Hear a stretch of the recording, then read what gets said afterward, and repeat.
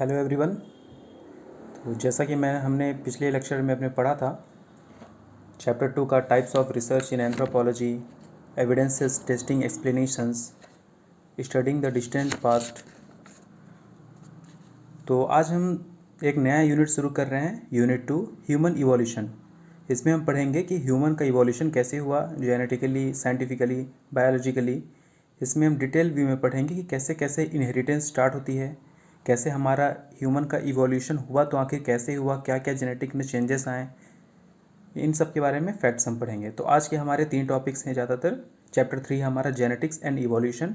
इसमें आज हम 3 टॉपिक कवर करेंगे: the evolution of evolution, the principle of natural selection and heredity. तो चलिए शुरू करते हैं। तो जो हमारा पहला है, introduction. Astronomers estimate that universe has been in existence for some 15 billion years ago. Astronomers लोग बिलीव ये करते हैं कि जो हमारा यूनिवर्स है, जिसमें हमारा पूरा सोलर सिस्टम है, हमारे प्लैनेट्स हैं, अर्थ है, सन है, स्टार्स है, बिलियन ऑफ गैलेक्सीज हैं, ये सब हमारा अराउंड 15 बिलियन ईयर्स अगो पुराना है ये। तो ये बहुत ही लंबा टाइम पड़ जाता है किसी की भी स्टडी के लिए। तो एक हमारे जो रिसर्चर थे जिनका नाम था कार्ल सागन, इन्होंने क्या किया, एक कैलेंडर का मॉडिफाई किया जिसमें टोटल आपके 24 डेज़ को 1 बिलियन ईयर्स के हिसाब से रखा। मतलब 1 बिलियन ईयर्स अगो को उन्होंने 24 डेज़ के स्केल पर रखा, ठीक है। और हर डे का जो 1 सेकेंड का जो टाइम पीरियड होता है उसको 475 ईयर्स में कन्वर्ट किया, ठीक है। तो इस बिहाफ पे उन्होंने पूरे का पूरा 14 बिलियन ईयर्स अगो को 1 ईयर के कैलेंडर में प्लेस कर दिया, ताकि इससे हमें बाकी रिसर्चर्स को समझने में भी आसानी रहे कि किस टाइम पीरियड पे क्या हुआ, क्या नहीं हुआ, ऐसे करके, ठीक है। तो इसमें कुछ इंपॉर्टेंट पॉइंट्स ये हैं कि around 35 million years ago first monkeys and apps appeared. 35 million years पहले हमारे जो पहले मंकी थे, बंदर, और जो एप्स थे, जिन्हें हम लोग अपने पूर्वज कहते हैं, एंसेस्टर्स मानते हैं, उन सब का यहाँ पे अराइवल हुआ 35 मिलियन ईयर्स अगो। फिर सेकंड आता है हमारा 15 मिलियन ईयर्स अगो हमारा क्या हुआ था। आपका 35 मिलियन ईयर्स अगो के 20 मिलियन ईयर्स अगो बाद immediate ape like ancestors start हुए, जो कि ह्यूमन की तरह हल्के हल्के दिखते थे। तो पहले 35 मिलियन में क्या हुआ था, पूरी तरह से बंदर थे और एप्स थे, उनमें इंसान की कोई भी खूबी नहीं थी। लेकिन जब 15 मिलियन ईयर्स अगो, उसके 20 मिलियन ईयर्स साल बाद, जो एप्स थे उनमें ऐसा इवोल्यूशन हुआ कि वो हल्के हल्के इंसानों की तरह दिखने लगे, उनके बारे में हल्का सोचने लगे, या फिर कह सकते हैं कि उन्होंने स्टार्ट कर दिया हंटिंग गैदरिंग, या फिर हमारे एंसेस्टर समझ सकते हैं आप नॉर्मली। उसके बाद क्या हुआ, 4 मिलियन ईयर्स अगो पहले, ठीक है, 40 लाख साल पहले, first human like beings appeared. मतलब इंसान की तरह दिखने वाले बींग्स जिसे बोल सकते हैं, जिनमें इंसानों को खूबी बहुत ही ज़्यादा थी, वो हमें दिखे 4 मिलियन ईयर्स अगो, ओके। लेकिन हाँ, वो एकदम इंसान भी नहीं थे वो, और ना ही एकदम इंसान की तरह दिखते हैं, ठीक है। नॉर्मल उनमें क्या हुआ, ब्रेन का डेवलपमेंट हुआ, उनके लिम्स वगैरह लंबे हुए ताकि वो आसानी से दौड़ सकते हैं, हंटिंग कर सकते थे, ठीक है, ईजिली हो गया उनके लिए समझना, ये सब हो गया था। और उस कुछ 1 लाख साल पहले, 0.1 मिलियन ईयर्स पहले, मॉडर्न लुकिंग ह्यूमन इवॉल्व्स। मतलब आज के जैसे हम दिखते हैं, हमारा जैसा ब्रेन का साइज है या हमारा जैसा फेस है, मतलब उनके हिसाब से, हमारे हिसाब से ह्यूमंस डेवलप्ड हुए। कब हुए, 1 लाख साल पहले, 1 लाख ईयर्स अगो, ओके। चलिए फिर नेक्स्ट हमारा जो पॉइंट आता है, द इवोल्यूशन ऑफ इवोल्यूशन। मतलब जो हमारा इवोल्यूशन होता है किसी भी एक टाइम पीरियड से दूसरे जो टाइम पीरियड में जो इवोल्यूशन हुआ है, वो इवोल्यूशन शुरू कैसे हुआ, ठीक है, इवोल्यूशन ऑफ इवोल्यूशन। तो माइक्रोबियस एक रिसर्चर थे, उन्होंने समराइज किया thinking of Plotinus used an image chain of being. वो पहले यकीन करते थे कि मतलब उनके हिसाब से हम सब जो क्रीचर हैं यहाँ पे अर्थ पे, चाहे वो कोई भी एनिमल हो, चाहे ह्यूमन हो, चाहे प्लांट्स हो, सारे के सारे क्या होते हैं, गॉड के देन हैं, या फिर गॉड के बनाए हुए क्रीचर्स हैं हम सब। लेकिन हम लोग में ऐसा कोई भी सिमिलरिटी नहीं है कि हम लोग इवोल्यूशन कह सकें। इनके अकॉर्डिंग हम जो हैं, हमारे एंसेस्टर्स नहीं थे बंदर वगैरह, ठीक है, या फिर कह सकते हैं कि इनके अकॉर्डिंग इवोल्यूशन नाम की कोई चीज़ नहीं थी। हम सब क्या हैं, अलग अलग स्पीसीज़ हैं, जिन्हें हमें किसने बनाया, गॉड ने बनाया है। अब इनके अकॉर्डिंग क्या था, all things were linked to one another in a chain and all links were necessary. इनके अकॉर्डिंग ये था, जो हमारे गॉड थे, जैसे आप इमेज में देख सकते हैं कि पहले सबसे पहले हमारे गॉड हैं, गॉड के बाद उनके छोटे छोटे और भी, जैसे और देवगढ़ जिसे बोलते हैं, और छोटे देव वगैरह हैं, वो सब हैं।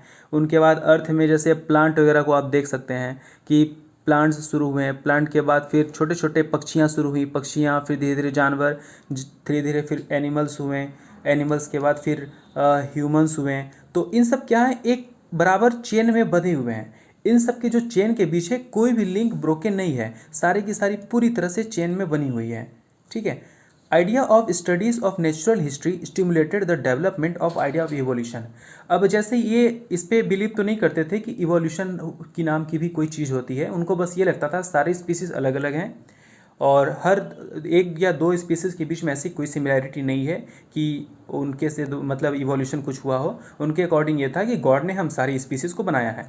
तो अब जो ये स्पीसीज़, ये जो पिक्चराइज जो किया गया था चेन ऑफ बीइंग, इसको स्टडी किया गया। इसको स्टडी करने के बाद क्या हुआ, ये आइडिया एक निकला कि जो नेचुरल हिस्ट्री हमारा जो अलग अलग चेन से बंधे हैं, एनिमल्स के बाद ह्यूमन, तो हो सकता है कि एनिमल्स और ह्यूमंस के बीच में ऐसा कुछ सिनेरियो हुआ हो जिसे हम लोग इवोल्यूशन बोल सकते हैं।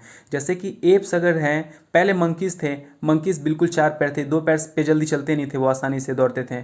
उसके बाद एप्स आए, एप्स को देखा गया कि वो 2 पैर पे दौड़ के शिकार करना शुरू किए, और उसके बाद हम लोग ह्यूमंस आ गए। तो हम लोग में कुछ कुछ ऐसे सिमिलैरिटीज़ थी। ठीक है। हम लोग की जो सिमिलैरिटी थी उसका जो इन्होंने स्टडी किया कुछ रिसर्चर्स ने, तो उन्होंने डेवलप किया आइडिया ऑफ इवोल्यूशन। ओके। तो एक थे हमारे जीन बैप्टिस्ट, ठीक है, लमार्क। ये हमारे जो रिसर्चर्स थे 1744 to 1829, acquired characteristics could be inherited and therefore species could evolve. इनके अकॉर्डिंग जैसे कि मंकीज़ हो गए, मंकीज़ में थोड़ा बहुत इवोल्यूशन हुआ तो एप्स बने, एप्स में इवोल्यूशन हुआ तो हम जैसे ऑस्ट्रेलोपैथिकस वगैरह ये सब बने। उसके बाद फिर हम लोग का होमो आया, होमो हेबियस आया, इरेक्टस आया, फिर निएंडरथल्स आए, उसके बाद फिर हम आए, ह्यूमन आए। तो इन सब में कुछ तो ऐसी सिमिलैरिटीज़ होगी जिसे हम इनहेरिट बोल सकते हैं। मतलब जैसे मंकीज़ पेड़ों पे चढ़ते थे, पेड़ों के बाद इनकी जो कुछ इनहेरिटेंस जो आई जेनेटिक्स एप्स में गई, एप्स में मतलब पेड़ पे भी चढ़ सकते थे, और कुछ डेवलपमेंट हुआ कि पेड़ पे अगर खाना नहीं मिला तो वो ज़मीन पे चलना शुरू किए। ज़मीन के बाद अब इनको क्या हुआ था, अब बड़े बड़े और भी कई सारे जानवर थे, जैसे शेर वगैरह ये सब हो गए, बाघ वगैरह हो गए। तो इन सबको जब एप्स को मारने के लिए वो दौड़ते, तो इन्होंने दौड़ने का इनहेरिटेंस शुरू किया कि मतलब तेज़ दौड़ना शुरू हुआ। तो इनके जो और भी जब धीरे धीरे इनमें इवोल्यूशन हुआ तो फिर जो होमोस आए, होमोस और तेज़ी से दौड़ना शुरू कर दिए। तो इस तरह क्या होता था कि मतलब एक स्पीसीज से दूसरी स्पीसीज में जाना, एक स्पीसीज से दूसरी स्पीसीज में कुछ इनहेरिटेंस आ गया। मतलब जो इनकी कैरेक्टरिस्टिक्स थी, पेड़ पे चढ़ना, जोर से दौड़ना, तेज भागना, या फिर और बोल सकते हैं कोई कई सारे इनहेरिटेड कैपेसिटी, मतलब कैसे वेदर कंडीशंस में कैसे रहना, गुफाओं में रहना। तो ये सब जो कैरेक्टरिस्टिक्स होती थी ये इनहेरिट हो सकती थी। इनहेरिट मतलब एक स्पीसीज से उसके नेक्स्ट जनरेशन में जा सकती थी। Lamarck explained the long neck of giraffe as the result of successive generation. Lamarck के अनुसार अब इनहेरिटेंस को इन्होंने प्रूफ करने के लिए एक एग्जाम्पल के तौर पे बताया कि जो हमारे पहले जिराफ होते थे, ठीक है, जिराफ क्या होता था, उनके जो गर्दन होते थे पहले इतने लंबे नहीं हुआ करते थे, उनके गर्दन भी आम जानवरों की तरह होती थी। पर क्या हुआ कि जब सिचुएशन ऐसा हुआ कि खाने के लिए अब दिक्कत आने लगी, जो पेड़ पौधे थे छोटे छोटे वो सब नष्ट हो गए थे, या फिर कई सारा जब जानवर आ गए तो सब खत्म होने लगा। तो जिराफों ने क्या किया, ऊंचे ऊंचे पेड़ों को, पत्तियों को खाना के लिए शुरू किया। तो ठीक है, जैसे ये पेड़ है अब बहुत ज़्यादा हाइट पे और जिराफ इतना छोटा सा है, इनका सर यहाँ तक जा रहा है, जा नहीं रहा है, तो क्या करना शुरू कर दिए कि अपने सर को और ऊंचा करने की कोशिश करते थे, जिससे उनकी गर्दन की जो मांसपेशियाँ थीं, उनके जो गर्दन के मसल्स थे या बोन्स थे उनके नेक के, वो धीरे धीरे स्ट्रेच में आने लगे, तो लंबे होते गए, धीरे धीरे स्ट्रेच आने लगा। तो उनके बाद जब इनके ऑफस्प्रिंग आए, इनके जो बच्चे आए, तो उनमें ये कैरेक्टरिस्टिक डेवलप हो गया कि जब अगर इनके पिता का गर्दन अगर स्ट्रेच हो गया है तो ये कैरेक्टरिस्टिक इनके बच्चों में भी आ गया। तो उनके जो बच्चे हैं उनके ऑटोमेटिक पहले से ही गर्दन स्ट्रेच्ड है, तो इन्होंने और स्ट्रेच किया। तो उसके बाद आज के क्या बोलते हैं कि आज के जितने भी जिराफ हैं उनकी गर्दन बहुत ही बड़ी होती है, ताकि वो आसानी से किसी भी पेड़ के पत्तियों को खा सकते थे। उसके बाद जो एक रिसर्चर थे Charles Lyell 1797 to 1875, volumes of the principle of geology 1830 to 1833। तो चार्ल्स जी ने क्या किया था, एक वॉल्यूम निकाला था प्रिंसिपल ऑफ जियोलॉजी के बारे में, स्टडी उन्होंने किया था 1830 से 1833 के बीच में, which build on hotels earlier work received immediate acclaim. और इनकी जो स्टडी है इसको बाद में फर्दर स्टडी किया गया, किसने किया, हुटन्स जी ने किया था, ठीक है। Received an immediate acclaim. Their concept of uniformitarianism suggested that the earth is constantly being shaped and reshaped by natural forces that have operated over a vast of stretch of time। इनके according क्या था कि जो हमारा अर्थ है वो अलग अलग टाइम पे अपने आप को शेप किया है, रीशेप किया है, मतलब अलग अलग जितनी भी स्पेसीज आई हैं और उनका खात्मा हुआ है या फिर नई स्पीसीज जनरेट होती गई हैं। तो इनके अकॉर्डिंग यही था कि जो अलग अलग टाइम पे अलग अलग पीरियड पे नेचुरल फोर्सेस या फिर वॉल्केनिक बोल सकते हैं या फिर फ्लड बोल सकते हैं या फिर अर्थक्वेक बोल सकते हैं, तो कई सारी स्पीसीज दब गई अंदर, डेथ हो गया उनका, ख़त्म एक्सटिंक्शन हो गया, नई species I. The result of Charles Darwin 1809-1882 investigations pointed clearly, he thought, to the evolution of species through the mechanism of natural selection। जो रिसर्चर हमारे चार्ल्स डार्विन थे, इन्हें फादर ऑफ इवोल्यूशन कहा जाता है। तो जो इवोल्यूशन के बारे में जो डिटेल एनालिसिस किए थे वो इन्होंने दिया था। तो इनके अकॉर्डिंग क्या था, evolution of species through the mechanism of natural selection. Natural selection क्या होता है, the outcome of processes that affect the frequency of traits in a particular environment, traits that enhance survival and reproductive success increases the frequency of over time. इनके according ये था कि जो अलग अलग ट्रेड्स हुआ करते थे या फिर अलग अलग जो स्पीसीज हुआ करती थी, एक स्पीसीज इधर एक स्पीसीज इधर, तो अलग जो इन्वायरमेंटल कंडीशन हुआ था, तो जो स्पीसीज उस टाइम के इन्वायरमेंटल कंडीशन से ज़्यादा एडेप्टिव हो गई, मतलब बिल्कुल उसी में घुल मिल गई है, तो उनका जो नेचुरल सिलेक्शन होता था या फिर कह सकते हैं उनके जो ऑफस्प्रिंग हुआ करते थे, नया जनरेशन आना या फिर रिप्रोडक्टिव सक्सेस हुआ, तो इनके जो सक्सेसर आते थे ऑफस्प्रिंग बहुत ही ज़्यादा क्वांटिटी में आना शुरू किए। ये लोग समझ गए कि इवोल्यूशन क्या होता है, हमें कैसे अपनी आबादी बढ़ानी है या फिर कैसा हमारा नेचर का जो हमारा थ्योरी है, नेचर की हमारी जो थ्योरी रिप्रोडक्शन वो कैसे करना है। लेकिन जो कुछ स्पीसीज थे भले ही अगर एडेप्टिव हैं, लेकिन वो लोग में ये अभी सेंस नहीं आया था कि क्या होता है नेचुरल सिलेक्शन या फिर कह सकते हैं कि क्या होता है natural process of reproductive system, ये सब। तो Darwinist would further argue that natural selection was the process through which the physical and genetic form of the common ancestor diverges to form both monkeys and human। तो इनके according क्या था, कुछ डार्विनिस्ट जो होते थे उन्होंने आर्ग्यू किया था कि जो हमारे एंसिस्टर्स होते थे, एंसिस्टर जैसे बोल सकते हैं एप्स के हमारे 2-3 प्रकार के हो सकते हैं। कुछ एप्स क्या होते थे, जेनेटिकली इतने ज़्यादा इवॉल्व हो गए कि वो ह्यूमंस के फॉर्म में बन गए, ठीक है। लेकिन जो बाकी के कुछ हो गए जेनेटिक्स, तो जेनेटिक्स उनमें डेवलपमेंट उतना ज़्यादा नहीं हुआ, तो वो बंदर के बंदर ही रह गए। जैसे एक अगर एप्स को हम बोल सकते हैं, एक एप्स में अगर इतना ज़्यादा इवोल्यूशन हुआ कुछ पार्ट में कि वो होमो इरेक्टस बने या फिर ऑस्ट्रेलोपैथिकस बने, जिनके कि उनका इवोल्यूशन ज़्यादा तेज़ी से होने लगा। तो नेचुरल सिलेक्शन के अकॉर्डिंग यही है कि जो ज़्यादा एडेप्टिव जो हो जा रहे हैं एनवायरनमेंट के अकॉर्डिंग, उनकी जनसंख्या ज़्यादा तेज़ी से बढ़ेगी। वो अपनी इनहेरिटेंस को समझ रहे हैं कि कैरेक्टरिस्टिक्स कैसे कैसे हम बच्चे को क्या सिखा सकते हैं, फिर कितने हमारे बच्चे की ज़रूरत है या फिर ऑफस्प्रिंग उनके कितनी जल्दी इवॉल्व हो रहे हैं, ये सब। और जो नेचुरल सिलेक्शंस या फिर कह सकते हैं कि इन्वायरमेंट से जो ज़्यादा एडेप्टिव नहीं है, तो उनकी स्पेसीज़ बहुत ही कम रह जाती है, उनके नंबर ऑफ स्पेसीज़ या फिर नंबर ऑफ ऑफस्प्रिंग्स वो कम रहते हैं। तो जब हमारा नेक्स्ट टॉपिक आता है the principle of natural selection.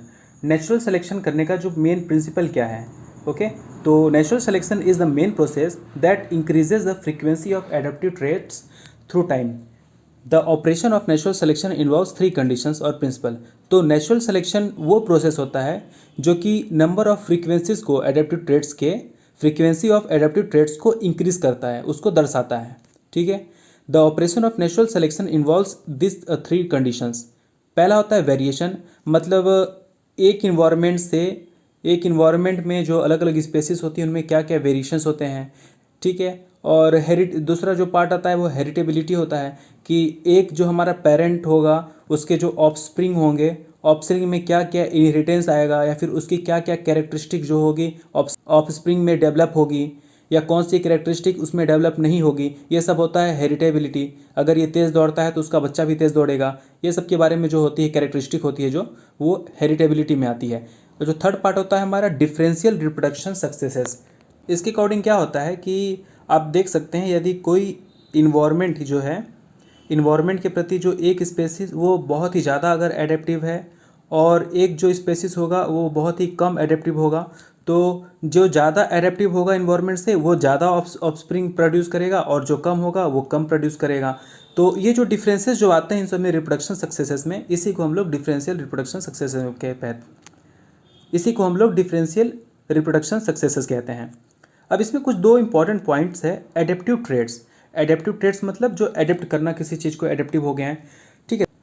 Cultural traits that enhance survival and reproductive success in a particular environment, वो ट्रेड्स जो कि किसी भी इन्वायरमेंट में अपने आप को पूरी तरह से एडेप्टिव कर लें या फिर उसको उसके समकालीन हो जाएं या उसके अनुकूल चलें और जो उनके ऑफस्प्रिंग है वो ज़्यादा से ज़्यादा जनरेट हो, वो अपने आप को सर्वाइवल करने का तरीका बहुत ही बेहतर कर लें। जैसे कि यदि अगर कोई अफ्रीका में चल रहा है, गर्मी में है, और अचानक से अगर उनका इवोल्यूशन होते होते वो लोग कहाँ के स्प्रेड हुए, कहाँ वाइड स्प्रेड कोल्डर एरिया में स्प्रेड हुए, जहाँ बर्फ़ जमना ज़्यादा शुरू हो गया, वहाँ जहाँ ठंड टेम्परेचर बहुत ही कम है, ठंड बहुत ज़्यादा है, तो उसके अकॉर्डिंग अगर वो डेवलप होते गए धीरे धीरे तो उनका रिप्रोडक्शन सक्सेस तेज़ी से बढ़ता गया। यदि अगर कोई भी अगर स्पेसिस उस इन्वायरमेंट के अकॉर्डिंग अपने आप को डेवलप नहीं कर पाया या फिर उसे पता ही नहीं चला तो ठंड लग रही है तो उसके हिसाब से हम बचे कैसे, ठंड से कैसे बचना है, किधर नहीं जाना है, तब तो वो फिर उसका स्पेसिस ख़त्म हो जाएगा, वो मर जाएगा उसी पे, उसके ऑफस्प्रिंग ख़त्म हो जाएंगे।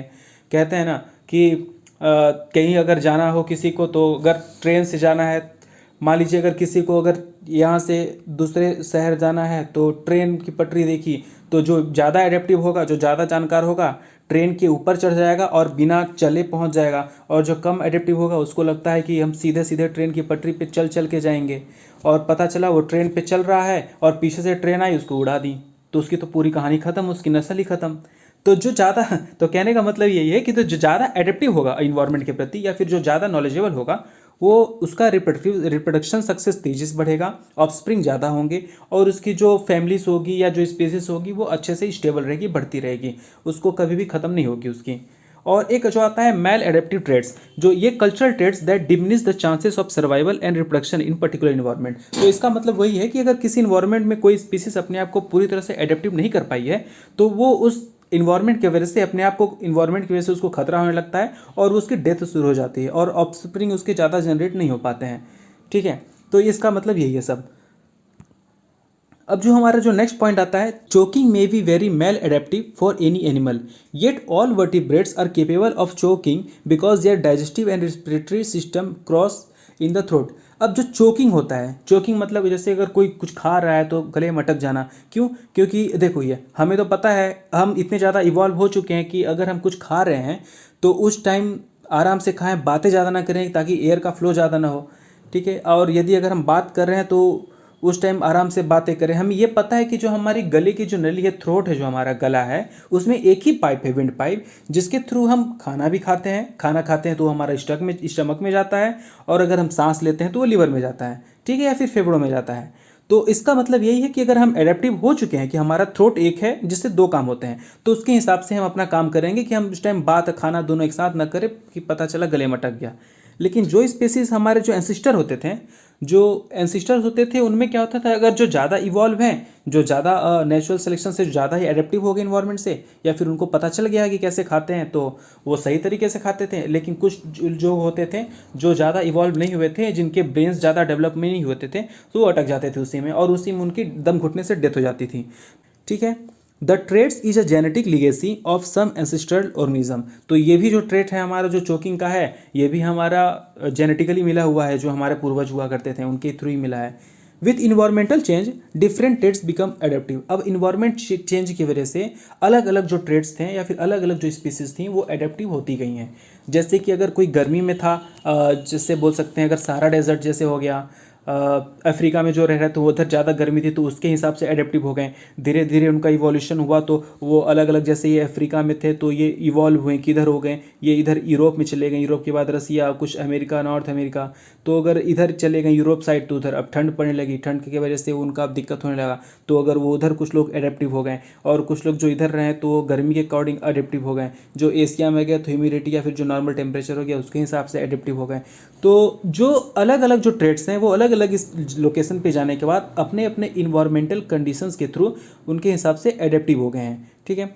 During a period when food was scar, अब यहाँ पे एक और एग्जांपल फिर से दिया गया है उसी जिराफ के बारे में। तो during a period when food was scarce, मतलब जब वो समय जब फूड बहुत ही कम था, those giraffes with longer necks who could reach higher tree leaves might be better able to survive and suckle their offspring and thus they would leave more offspring than shorter necked giraffes।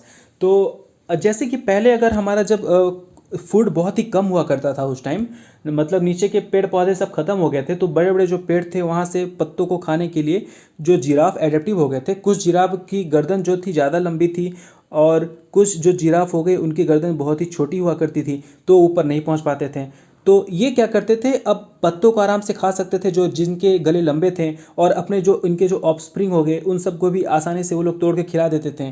लेकिन वो giraffe जिनकी height कम थी या फिर जिनकी गले की लंबाई कम थी, वो क्या करते थे, खुद तो खा नहीं पाते थे तो बच्चों को भी क्या खिलाते हैं। तो इनके जो ऑफस्प्रिंग हुए भूख के कारण कई जानवरों की डेथ होने लगी, इनके बच्चों की, इनकी भी डेथ होने लगी। तो इनके जो पॉपुलेशन हो गया वो पॉपुलेशन बहुत ही कम हुआ और इनका जो पॉपुलेशन हुआ वो बहुत ही इंक्रीज होने लगा। तो बस यही है कि एडेप्टिव जो ज़्यादा हो गया है वो ज़्यादा सही से रह रहा है, और जो नहीं हो पा रहा है वो नहीं रह पा रहा है सही से। अब जो नेक्स्ट टॉपिक हमारा आता है observed examples of natural selection. इसमें कुछ थोड़े बहुत एग्जांपल्स के अकॉर्डिंग पे समझाया गया। जैसे कि आता है directional selection, a type of natural selection that increases the frequency of a trait, the trait is said to be positively favoured और एडेप्टिव। डायरेक्शनल सिलेक्शन क्या होता है कि यदि किसी इन्वायरमेंट में कोई स्पीसीज हमारा या फिर कोई ट्रेट हमारा वहाँ पे कोई भी बस्ती रह रही है, तो यदि वो इन्वायरमेंट के प्रति अगर इनको कुछ फेवर्स मिल रहे हैं तो इनका जो पॉपुलेशन होगा वो इंक्रीज़ होगा। जैसे कि बोल सकते हैं अगर ठंड, इधर बहुत ज़्यादा ठंड टेम्परेचर है और ये उस पहाड़ी इलाके में है जहाँ पे गुफाएं बनी हुई हैं, कई सारी गुफाएं हैं, आग जलाने के लिए सूखी लकड़ियाँ मिल रही हैं, तो इनके लिए तो प्रॉफिटेबल हो गया, तो वो आराम से वहाँ रह सकते हैं। और वहाँ अगर उनको जानवर भी, अगर जानवरों की स्पीसीज है तो उनको खाने की भी दिक्कत नहीं होगी, हंटिंग गैदरिंग कर लेंगे ये लोग। तो उस ठंड में क्या हो गया, गुफाओं में भी रह भी सकते हैं, आग भी जला सकते हैं, आराम से ताप सकते हैं ताकि उनको ठंड से बच सकें, जानवरों को खा सकते हैं ताकि उन्हें भूख की भी समस्या खत्म हो जाए। तो ये पूरी तरह से एडेप्टिव हो गए। अब नॉर्मलाइजिंग सिलेक्शन क्या होता है, the type of natural selection that removes harmful genes that arrows by mutation. अब इसमें क्या होता था कि यदि कोई एक जो स्पीसीज में हो गई, ट्रेड्स में हो गई, यदि कोई मेल और जो फीमेल हमारे जो एंसेस्टर्स हो गए वो आपस में म्यूटेशन कर रहे हैं, ठीक है, आपस में मेटिंग कर रहे हैं ऑफस्प्रिंग ताकि जनरेट हो, तो अगर मेटिंग करते टाइम अगर किसी एक ऑफस्प्रिंग में अगर कोई डिजीज़ भी हुआ तो हो सकता है कि जो ऑफस्प्रिंग आएगा उसमें भी वो डिजीज जेनेटिकली मिल जाए। तो नॉर्मलाइजिंग सिलेक्शन के अकॉर्डिंग क्या होता था, कुछ इन्वायरमेंटल कंडीशन से वो जो डिजीजेस होती थी वो पास नहीं होती थी, तो इनके जो गुड कैरेक्टरिस्टिक्स होते थे या फिर जो अच्छे कैरेक्टरिस्टिक्स होते थे वो इनहेरिट हो जाते थे इन बच्चों में, लेकिन जो बीमारियां होती थी वो नहीं होती थी इसमें इनहेरिट। जो थर्ड पॉइंट आता है हमारा बैलेंसिंग सिलेक्शन। बैलेंसिंग सिलेक्शन क्या होता है, balancing selection occurs when heterozygous varied combination of Alex genes is positively favored even though a homozygous genes in the pair are the same, combination is disfavored। मान लीजिए यदि हमारे यहाँ पे एक फादर है, ये है हमारी मदर, ठीक है, इनमें जो हमारे पेयर्स होंगे वो कैपिटल वाई और इसमें जो स्मॉल वाई होंगे। इनके जो ऑफस्प्रिंग आएंगे इनमें जो कैरेक्टरिस्ट होगी या तो एक वाई में होगा, ठीक है, या तो एक वाई होगा, या तो एक वाई में होगा। इस तरह करके इनके ऑफस्प्रिंग आएंगे 3, ठीक है। तो जो जिनमें जो पेयर्स होंगे वो सेम होंगे, जैसे कि इसमें पूरी तरह से वाई है, तो जो ये होंगे इन्हें हम लोग होमोजाइगस बोलते हैं, जिन पेयर्स जो होते हैं जीन्स के वो सेम होते हैं। और ये जो जिनमें डिफरेंस है, वाई कैपिटल वाई एक पेरेंट पापा का आपने पाया है और एक मम्मी का पाया है, एक फादर का एक मदर का, तो इनको हम लोग बोलेंगे हेट्रोजाइगस। तो कुछ कंडीशंस में ऐसा क्या होता था बैलेंसिंग सिलेक्शन के अकॉर्डिंग, ऐसा इन्वायरमेंट कंडीशन जहाँ पे हेट्रोजाइगस जिनमें जो जीन्स होते हैं वो पेयर डिफर करते हैं, फादर का भी है और मदर का भी है, तो उनके लिए इन्वायरमेंटल बहुत ही ज़्यादा फेवर हो गया। जैसे कि कह सकते हैं कि पापा इसके फादर बहुत लंबे हैं, ठीक है, और मम्मी थोड़ी छोटी हैं, तो यदि जो इनका अगर दोनों का जो इनहेरिटेंस पाया है तो बच्चा बढ़िया होगा, लंबा ही होगा, तो ये क्या होगा, आसानी से कुछ भोजन खा सकता है, नहीं खा सकता है, आराम से रह सकता है, तेज़ दौड़ सकता है। यदि अगर उनका जो इनहेरिटेंस अगर कोई बच्चा आया है उसमें सिर्फ मम्मी का आ गया तो बच्चा भी छोटा रह जाएगा, तो वो नहीं खा पाएगा। तो इसके अकॉर्डिंग इन्वायरमेंट के हम क्या बोल सकते हैं, जिनका जो हेट्रोजाइगस जो हो गए, हेट्रोजाइगस वाले जो बच्चे हो गए जिनमें जो जीन्स थे वो दोनों अलग अलग हैं हेट्रोजाइगस, तो उनके लिए तो वेरी कर गया, बढ़िया फेवर मिल गया इन्वायरमेंट से कि वो लंबे हो गए, आराम से खा पी सकता है। लेकिन यदि होमोजाइगस हुआ जिसमें कि सिर्फ मम्मी का ही पाया है, छोटा ही रह गया, तो वो उसके लिए इन्वायरमेंट गलत कर दिया, क्योंकि डिसफेवर्ड हो गया, तो वो खा नहीं सकता फल फूल। तो ऐसे सिचुएशंस भी आते हैं, इन्हें हम लोग बैलेंसिंग सिलेक्शन कहते हैं। अब जो मेन पार्ट आता है हमारा इस चैप्टर का वो आता है हेरिडिटी। हेरिडिटी का मतलब कैसे कैसे कैरेक्टरिस्टिक्स वन हमारे पेरेंट्स से कैसे कैसे कैरेक्टरिस्टिक होते हैं हमारे पेरेंट्स से, उनके जो ऑफ स्प्रिंग हो गए उनमें कैसे डेवलप होती हैं। तो हेरिडिटी का जो सबसे मेन हमारे जो जनक जिसे बोल सकते हैं हम लोग, जॉर्ज मेंडल, इन्हें फादर ऑफ हेरिडिटी बोला जाता है। Mendel bread several variety of P plants and observe there offspring. Mendel ने क्या किया था, कई सारे अपने बगीचे में मटर के पौधे लगाए, उन सब के अब जितने भी ऑफस्प्रिंग आते गए उन सबको देखा गया कि जैसे एक पौधा लगाया तो उसके जो बीज निकले उस बीज को फिर बोया, तो उनके हिसाब से वो उसने ऑब्जर्व किया। तो उसने क्या किया, एक जो पौधा जो सबसे बड़ा होता है पौधा और एक जो सबसे छोटा पौधा होता है उन सबको आपस में क्रॉस कराया, या फिर जो येलो मटर हो गया, येलो पीस हो गया और एक ग्रीन पी हो गया, उन सबको आपस में मीटिंग कराया। तो आप इसमें देख सकते हैं इस इमेज के अकॉर्डिंग जो वाई वाई है, कैपिटल वाई वाई, वो येलो पी है और जो ग्रीन में है वो ग्रीन पी है, उन दोनों को आपस में क्रॉस कराया। ठीक है, तो क्रॉस करने के बाद जो फर्स्ट जनरेशन आया कि आप देख सकते हैं कि दो फादर और मदर का दोनों का जिसमें ट्रेट मिला है, जीन्स मिला है, वो दोनों क्या हो गए, येलो पीस निकल गए। तो उसको जॉर्ज मंडल जी को ये लगा कि इस तरह के कारण तो हमारा शायद ग्रीन वाला जो हमारा था वो जीन वो तो हमारा एक्सटिंक्ट हो गया। लेकिन ऐसा नहीं था, जब उन्होंने जो ऑफस्प्रिंग आया उन ऑफस्प्रिंग को फिर से फर्दर जब उन्होंने क्रॉस किया, तो क्रॉस करने के बाद उन्हें ये मिला कि जो उनसे जो ऑफस्प्रिंग मिले हैं 4, उनमें से 3 येलो थे और एक ग्रीन था। तो इनको ये पता चला कि यदि उसमें कुछ हमें ऑब्जर्वेशन में नहीं दिख रहा है तो इसका मतलब ये नहीं है कि जो उनकी कैरेक्टरिस्टिक्स हैं जीन्स से वो भी खत्म हो गई हैं। हो सकता है कैरेक्टरिस्टिक हो उसमें लेकिन वो सामने नहीं आ रही हैं। तो ये बोल सकते हैं कि जो हमारे जो येलो वाले मटर हैं वो क्या किए थे, वो जो ग्रीन वाले जीन्स हैं, ग्रीन वाले मटर के जीन्स हैं, उनके ऊपर इन्होंने डोमिनेट कर लिया और ग्रीन क्या कर दिया, रिसेसिव हो गया, मतलब वो सप्रेस हो गया है। ठीक है, in each cross the 3:1 ratio appeared in the second generation. इसका मतलब यही है कि जो कितनी बार भी अगर हम क्रॉस करते गए तो जो हमारा जो सेकंड जनरेशन में जो भी क्रॉस आ रहा है, फर्स्ट जनरेशन में हो सकता है हमें दिखे, फर्स्ट जनरेशन में हो सकता है न दिखे, लेकिन जब हम उसी को फर्स्ट जनरेशन जो उनका ऑफस्प्रिंग होगा उसको अगर हम फिर से दोबारा मेटिंग कराएं तो हमारा जो रेशियो होगा वो ज़्यादातर 3:1 होगा। मतलब 3 मतलब जो ज़्यादा डोमिनेट कर रहा है और 1 जो ज़्यादा सप्रेस हो जा रहा है। तो इसके अकॉर्डिंग जो 3 हमारे येलो मटर हैं, येलो पीस हैं, वो 1 ग्रीक के ऊपर डोमिनेट कर चुके हैं। अब जो हमारा जो नेक्स्ट पॉइंट आता है वो आता है genes, the conveyor of inherited traits. Genes क्या होते हैं कि एक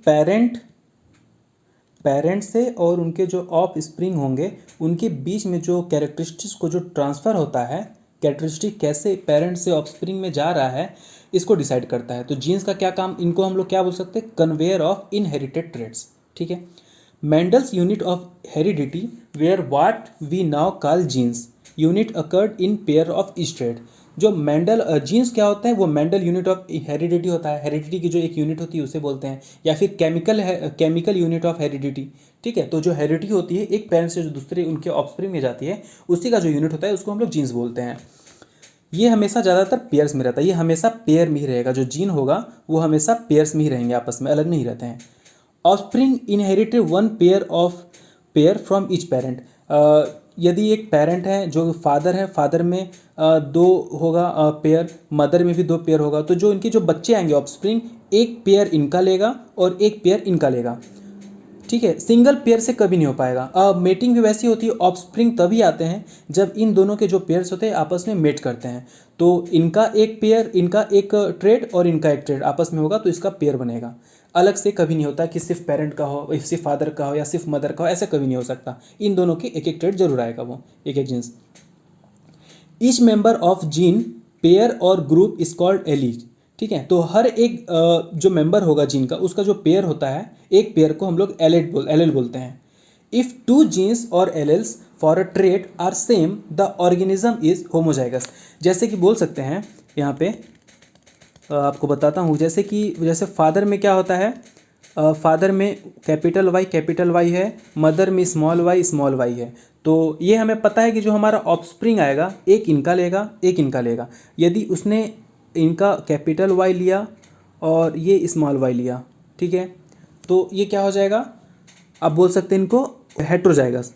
और यदि फिर एक और जो आएगा उनको वो भी मान लीजिए अगर वाई और स्मॉल वाई हुआ, तो अब जो इनके ऑफस्प्रिंग आएंगे एक आ जाएगा। अब इसमें ऑफस्प्रिंग जो आएगा एक कैपिटल वाई और इसका भी मिल जाएगा कैपिटल वाई, दोनों का ले लिया इसने, एक ये कैपिटल वाई और एक ये। और जो दूसरा हो सकता है ये स्मॉल वाई ले लिया और इसने कैपिटल वाई ले लिया। और तीसरा भी हो सकता है कि इसने भी स्मॉल वाई ले लिया पापा का और मम्मी का भी स्मॉल वाई ले लिया। तो इसमें आप देख सकते हैं कि ये अलग अलग है, स्मॉल वाई और कैपिटल वाई, तो इसको हम बोल सकते हैं हेट्रोजाइगस।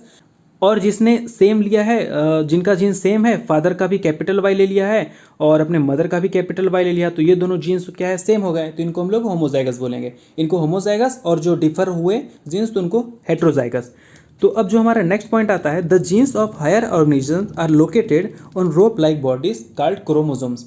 तो जो जीन्स होते हैं, जो हमारे लार्जर और एनिमल्स होते हैं या फिर लार्जर ऑर्गेनिजम्स होते हैं, जिनमें से बैक्टीरिया को छोड़ दें और कुछ जो एल्गीज वगैरह होते हैं उनको छोड़ दें, तो उनके अलावा जितने भी हमारे ऑर्गेनिजम्स होते हैं जो हायर ऑर्गेनिज्म हैं, उनके जो बॉडीज में जो जीन्स होता है, जो जीन्स कहाँ पाए जाते हैं, उनके क्रोमोसोम्स में पाया जाता है। उनके जीन्स हमारे क्रोमोसोम्स में पाई जाती हैं। अब कुछ दो इंपॉर्टेंट पॉइंट है, माइटोसिस एंड मियोसिस। माइटोसिस क्या होता है, सेल्यूलर रिप्रोडक्शन और growth involving the duplication of chromosome. Cellular reproduction और growth involving the duplication of chromosome.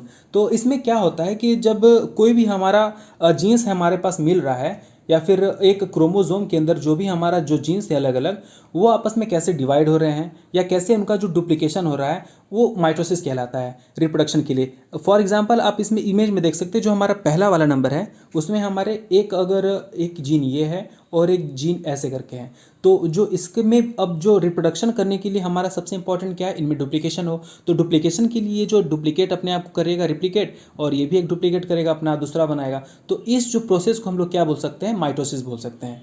ठीक है। अब मियोसिस क्या होता है, a process by which reproduction cells are form. Meiosis क्या होता है, the process by which reproductive cells are formed. वो प्रोसेस जिसमें रिप्रोडक्टिव सेल्स फॉर्म होते हैं, मतलब फादर और मदर के जो आपस में जब मेटिंग करेंगे तो जो ऑफस्प्रिंग आएगा उसका जो सेल्स होगा वो फॉर्म होता है मायोसिस में।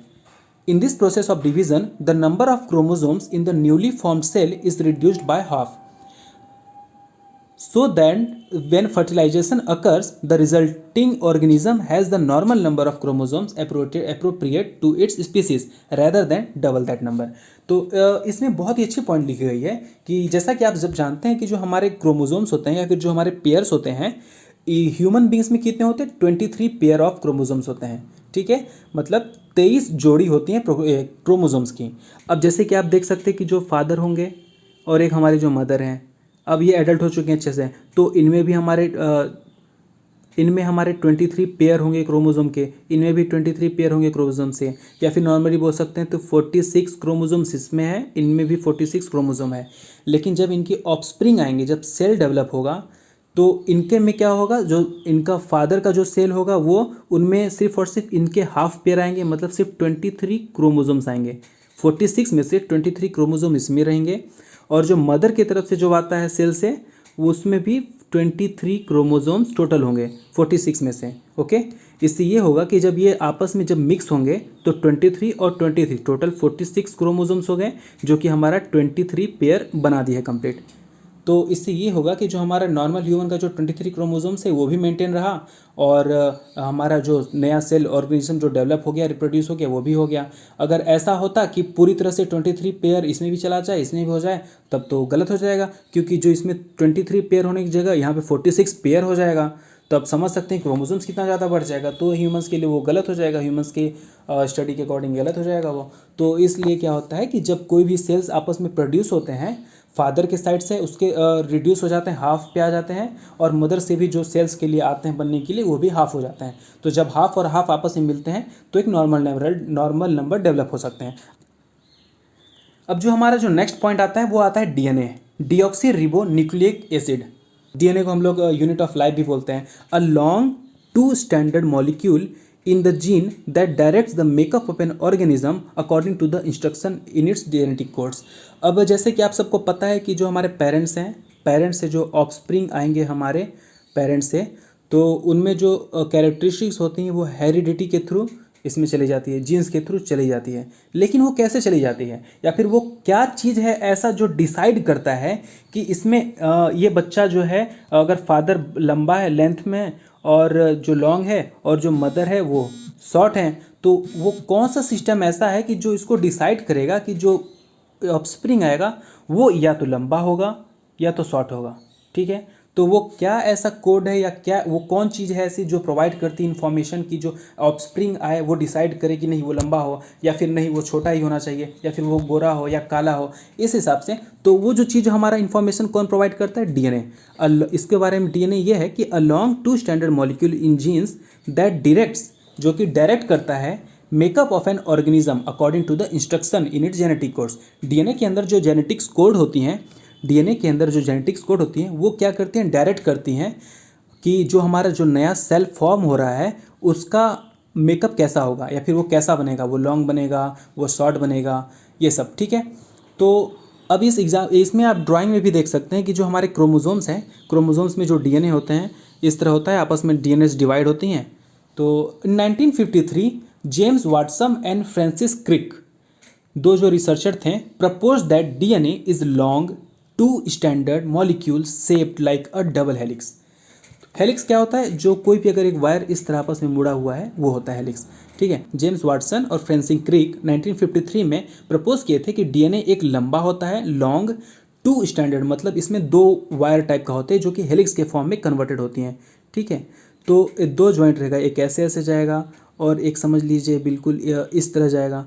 तो इसमें जैसे इमेज में आप देख सकते हैं दो हेलिक्स बना हुआ है, तो उन्होंने ऐसा प्रपोज किया था। Each base in DNA molecule always have same opposite base, adenine thymine are paired as a cytosine and guanine. तो डीएनए में क्या होता है, जो हमारे पेयर्स बनते हैं हमेशा वो होता है कि एक जो पेयर आपस में पहले से डिसाइड है वो हमेशा उसी पेयर के साथ मैच करेगा। जैसे एडेनाइन और थाइमाइन आपस में मैच करेंगे, वो किसी और से पेयर नहीं बना सकते हैं। साइटोसाइन और जीवेनाइन है वो आपस में ही पेयर बनाएंगे, किसी और से नहीं बना सकते हैं। Because DNA stores the information required to makeup the cells of an organism, it has been called the language of life. अब डीएनए जो होता है कि इन्फॉर्मेशन प्रोवाइड देता है कि हमारा जो नया ऑफस्प्रिंग है वो कैसा बनेगा या कैसा रहेगा, तो उसे हम लोग लैंग्वेज ऑफ लाइफ बोलते हैं। वो वैसा लैंग्वेज जो कि बिल्कुल जिसमें आवाज़ नहीं है, उनकी पूरी तरह से लैंग्वेज उनके सेल्स के अंदर ही रह जाती है। जैसे हम जानते हैं कि हमारा लैंग्वेज कब शुरू हुआ, हम बोल सकते हैं कितने मिलियन ईयर को शुरू हुआ, लेकिन जो हमारा रियल लैंग्वेज है, जो इन्फॉर्मेशन प्रोवाइड करता है, वो तो हमारा डीएनए में करता है। और डीएनए हमारा कब से है, अब समझ सकते हैं आप कितने सारे मिलियन ईयर्स अगो से ही स्टार्ट हुआ है। ठीक है, तो आप देख सकते हैं कि जैसे हमारा 55 मिलियन ईयर अगो हमारा पहले प्रीमेट्स अपीयर हुए, या फिर जो जीन्स पहले आए होंगे, हमारे जो पेड़ पौधे बने थे, तो उनमें भी तो डीएनए रहा होगा कि हमारा जो ऑफस्प्रिंग हो वो कैसा हो। तो सोचिए हमारा लैंग्वेज का जनरेशन कब हुआ था, जब लाइफ का जनरेशन हुआ था। अब जो हमारा नेक्स्ट आता है messenger RNA, ribonucleic acid. तो इसमें क्या है, DNA stores the information to make cells but it does not directly affect the formation of cells. अब डीएनए क्या है, डीएनए में हमारा यहाँ पे स्टोर्ड है, हमारा क्या है, इन्फॉर्मेशन स्टोर्ड है कि ऐसे ऐसे बनना चाहिए। और जो हमारा सेल का फॉर्मेशन यहाँ हो रहा है, ठीक है, सेल का फॉर्मेशन यहाँ हो रहा है, इसके पास इन्फॉर्मेशन है कि हमारा कैसे बनना चाहिए, इसको इन्फॉर्मेशन की ज़रूरत है कि हमारा कैसे बनना चाहिए, कैसा हमारा नया ऑफस्प्रिंग है या फिर कैसा हमें सेल डेवलप करना है, लंबा करना है, छोटा करना है। तो अब डीएनए क्या है, ऐसा थोड़ी कि वो अपनी कुर्सी से उठेगा और ट्रेन पकड़ के जाएगा इसके पास कि भाई ऐसा तुम सेल बना दो कि जो लंबा रहे और काला दिखे और उसमें दौड़ने की काबिलियत अच्छी हो। नहीं, ऐसा तो नहीं कर सकता, डीएनए अपनी प्लेस पे रहेगा। तो वो काम क्या करता है, मैसेंजर भेजता है। मैसेंजर कौन होता है, messenger RNA, ribonucleic acid. Ribo nucleic acid क्या करता है, यहाँ से कुछ इसकी इन्फॉर्मेशन को कॉपी करेगा अपने कोड में और वो यहाँ तक ले जाएगा, उसको ट्रैवल करेगा, अपने इस सेल पार्ट से डिवाइड होकर अलग जाएगा और इस सेल में जाएगा। ठीक है, और यहाँ उसको जाके इन्फॉर्मेशन बताएगा कि जो हमारा डीएनए की जो इच्छा है कि वो जो बच्चा आए वो लंबा आए, काला आए और दौड़े तेज। ठीक है, तो ये काम कौन करता है, आरएनए, मैसेंजर आरएनए। ठीक है, one type of ribonucleic acid RNA, messenger RNA जिसे बोलते हैं, is copied from a portion of DNA and moves outside the cell nucleus to direct the formation of proteins.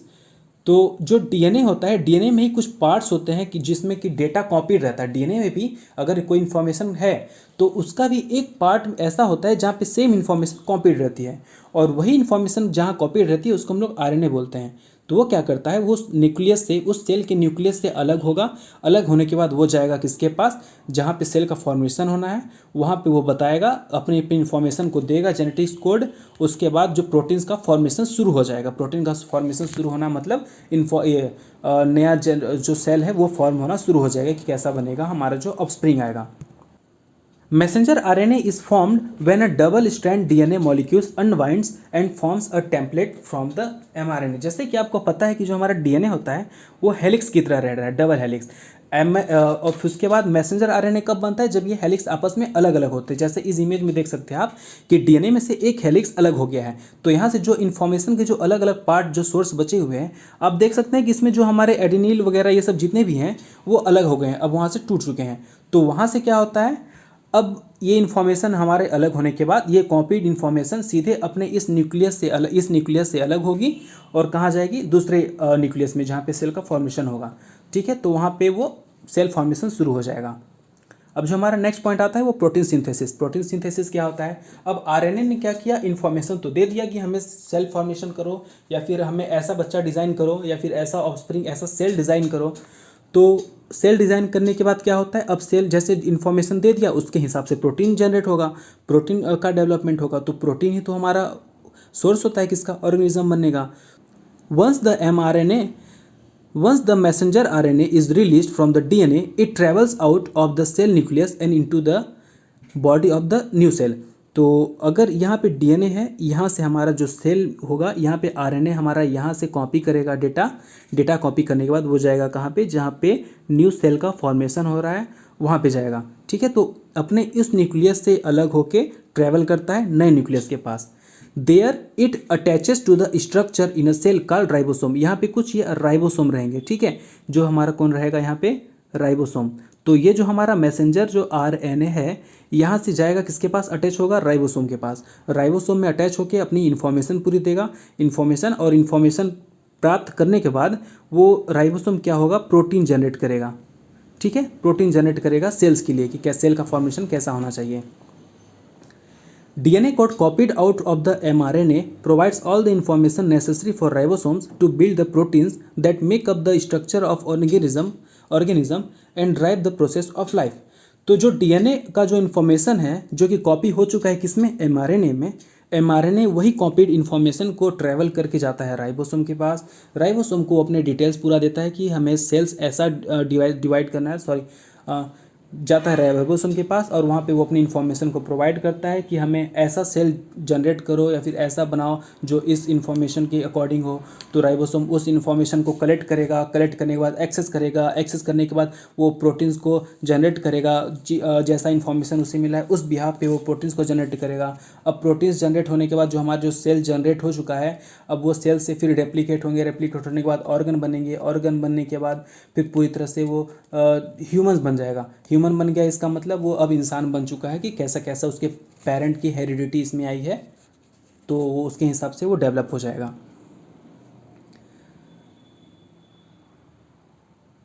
तो अगर आपको तो आज के लिए दोस्तों आज इतना ही। नेक्स्ट वीडियो जल्दी ही आएगी जो इसके बाद आगे के हमारे पॉइंट्स को कवर करेंगे। यदि आपको हमारा वीडियो पसंद आया हो, अच्छा लगा हो, तो इस वीडियो को लाइक करें, शेयर करें, सब्सक्राइब करें। Thank you so much.